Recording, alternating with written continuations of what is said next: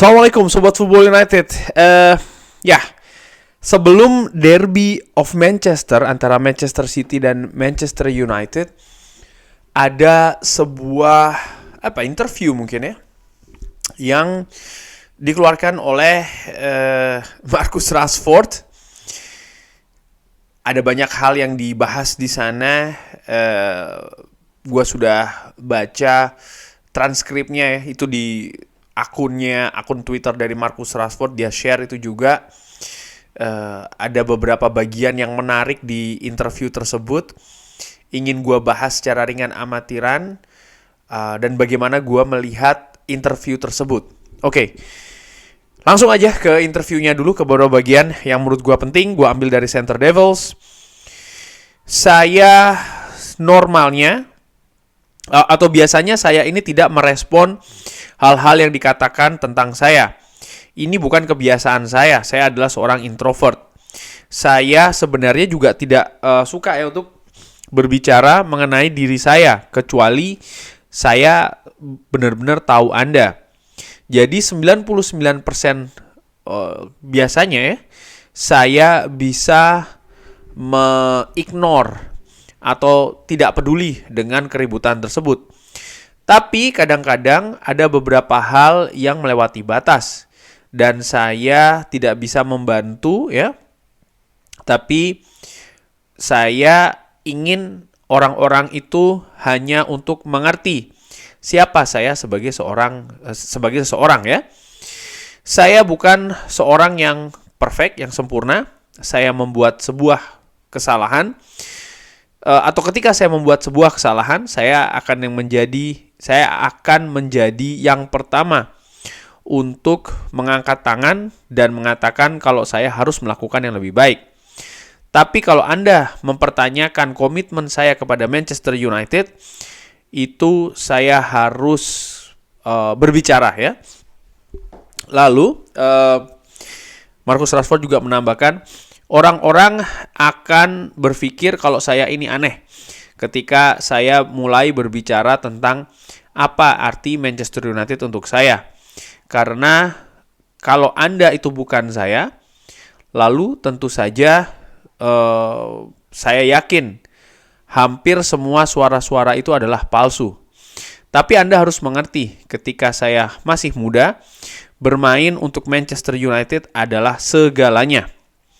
Untuk saya, hanya berada di sana di Old Trafford seperti segalanya. Saya pernah tinggal di Old Trafford sampai semuanya pergi dan stadion ini hampir sepi. Lalu hanya melihat ke sekitar dan mendengar. Old Trafford punya suara tersendiri.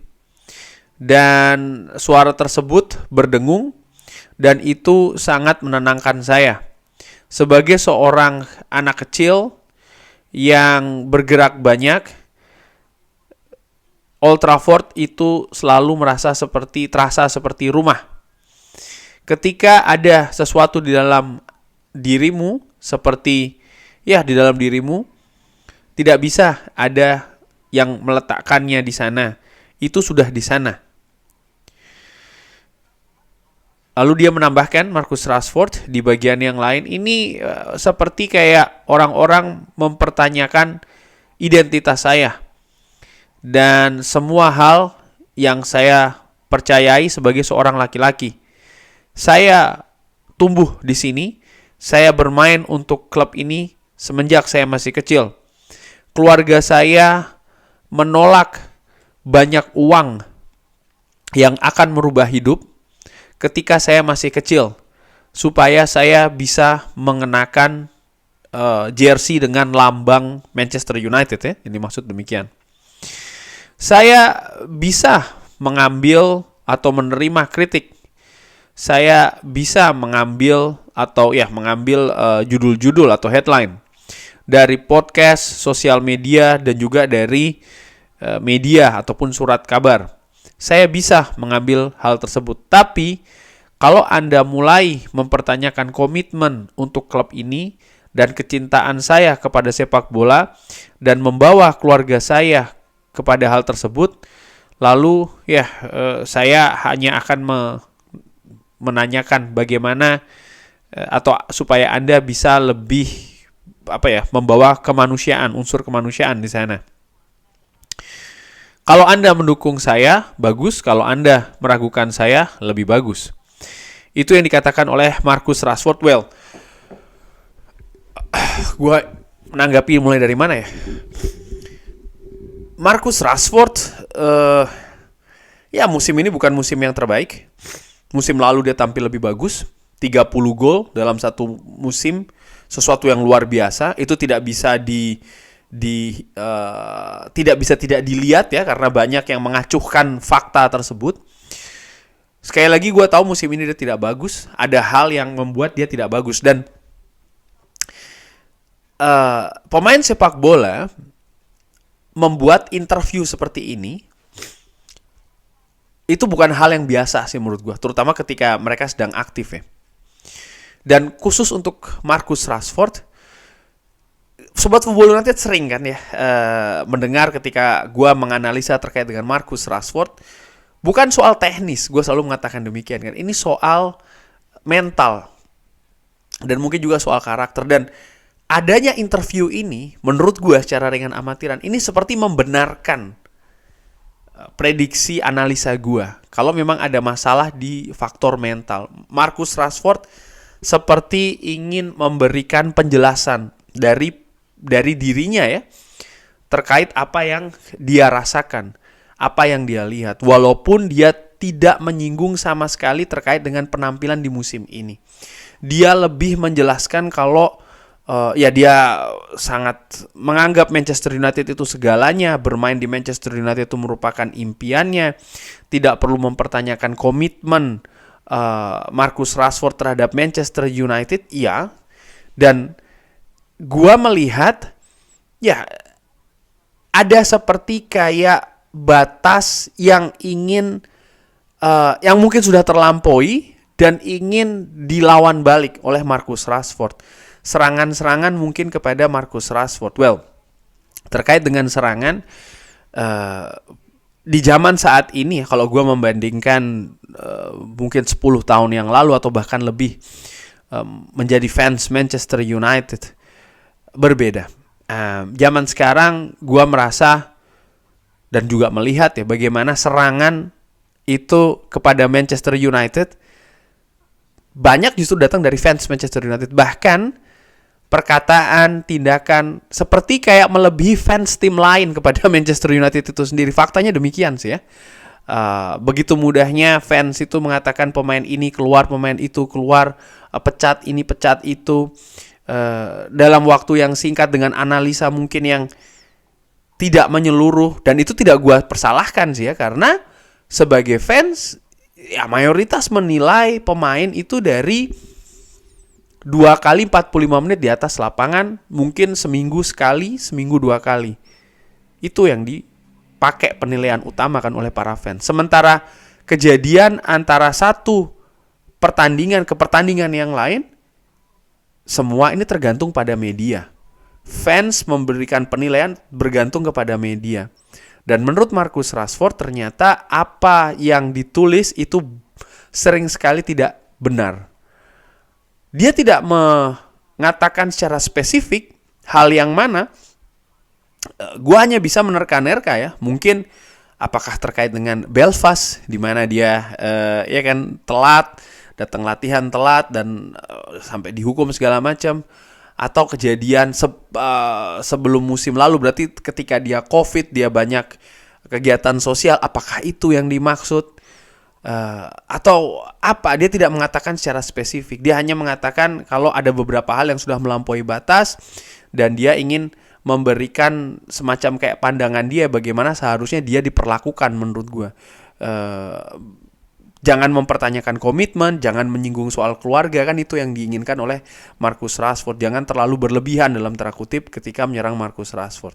Well, menurut gue tindakan itu terdengar lebih nyaring daripada kata-kata. Marcus Rashford dinilai oleh sebagian besar fans termasuk gue juga berdasarkan penampilan di atas lapangan. That's it. Ketika dia tampil bagus seperti musim lalu, kritikan itu dengan sendirinya turun, rendah. Tapi dengan penampilan dia seperti ini yang tidak bagus ya, tidak konsisten juga, maka segala tindak tanduk dia akan disorot. Dia melakukan sedikit banyak hal di atas lapangan dengan ataupun tanpa possession akan disorot, seperti ketika dia melakukan marking kan, salah satunya ketika menghadapi Luton kalau tidak salah, lalu beberapa hal lainnya lah. Ini tentu saja akan disorot oleh media dan dibagikan, dan menurut gue tidak ada yang salah di situ. Hanya saja bagaimana ya Marcus Rashford sendirilah menurut gue yang harus memperbaiki penampilannya di atas lapangan, dan ini penting.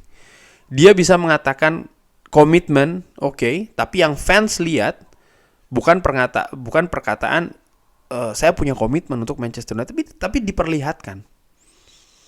Ada beberapa contoh pemain yang menurut gue juga terlihat memiliki komitmen di Manchester United. Harry Maguire contohnya, dia punya komitmen, ya kan?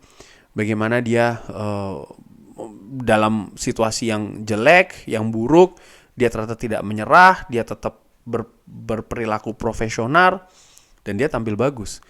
Bruno Fernandes pun juga demikian. Secara konsisten memberikan distribusi kepada tim secara langsung di level tertinggi. Luar biasa, walaupun banyak juga suara-suara minor. Ya, bahkan yang lebih aneh adalah dari fans Manchester United sendiri kan terhadap Bruno Fernandes, dan itu sudah gue bikin di video sebelumnya. Dan ada juga pemain-pemain, Luke Shaw pun juga, Diogo Dalot pun juga demikian menurut gue, termasuk Scott McTominay. Dan itu yang harus dilakukan oleh Marcus Rashford. Terkait dengan serangan fans yang tadi gue katakan ya, ingin gue balik sedikit ke arah sana. Situasi yang berbeda tadi, mungkin salah satu contohnya adalah David Beckham. Ketika di Piala Dunia 98 dia melakukan hal yang ya dengan tim nasional Inggris menghadapi Argentina, seluruh negara itu bersiap menghukum David Beckham, tapi tidak dengan Old Trafford dan fans Manchester United di dalamnya. Mereka sangat support, tidak peduli penampilan seperti apa yang akan dilakukan oleh David Beckham, tapi mereka tahu David Beckham is one of us, salah satu dari kita, dan ketika dia butuh tempat untuk bisa menenangkan diri, itu bukan di luar Manchester, itu bukan di luar Old Trafford, tapi di sinilah dengan dukungan seluruh fans yang ada di sana. Itu tahun 90 berapa? 98, ya kan? Tapi berapa tahun kemudian justru bahkan ada beberapa kalau tidak salah gue sempat ada beberapa artikel yang sudah agak beberapa tahun yang lalu, 1, 2, 3 tahun yang lalu, bahwa tampil di Manchester di Old Trafford itu juga menjadi beban bagi pemain Manchester United sendiri. Hal seperti itu kalau tidak salah ya. Ini menunjukkan seharusnya nggak seperti itu sih menurut gue. Kritik sekali lagi oke, tapi ketika kritik itu terlalu berlebihan dan apalagi itu dilayangkan dari seorang fans klub itu sendiri, tuh buat gue menjadi, apalagi sampai ngetrol klub sendiri, itu suatu yang aneh sih buat gue. Yes, gue tahu dia penampilannya tidak bagus, tapi dia butuh support, butuh dukungan, itu sih. Dan nampaknya memang soal mental karakter inilah yang sekarang menjadi permasalahan utama dari Marcus Rashford. Terbukti dengan adanya interview ini, yang by the way juga kapan ini direkamnya, kenapa diluncurkan sebelum Derby of Manchester. Apakah Ineos tahu hal ini? Dan kalau melihat bagaimana Ineos sekarang benar-benar mengurusi football operation, termasuk juga hal-hal seperti ini, besar kemungkinan Ineos sudah mengetahui hal ini dan mereka approve dengan hal ini untuk dipublikasi.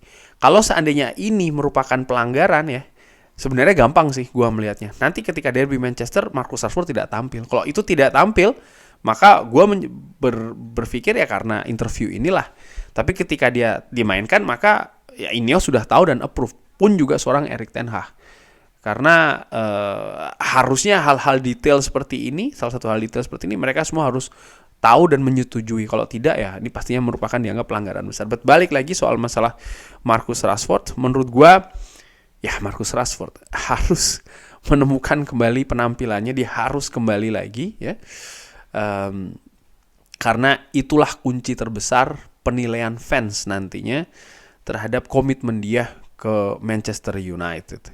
Hanya dari penampilan dan secara spesifik, ya sebagai seorang penyerang sayap utamanya.